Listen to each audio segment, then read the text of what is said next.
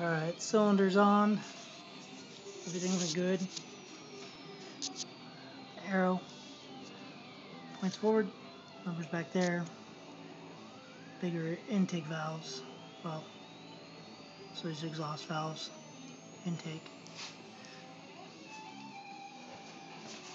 Alright, I'm going to put together the cam assembly and then check on see what tolerance shims I need. Get back to you in a little bit.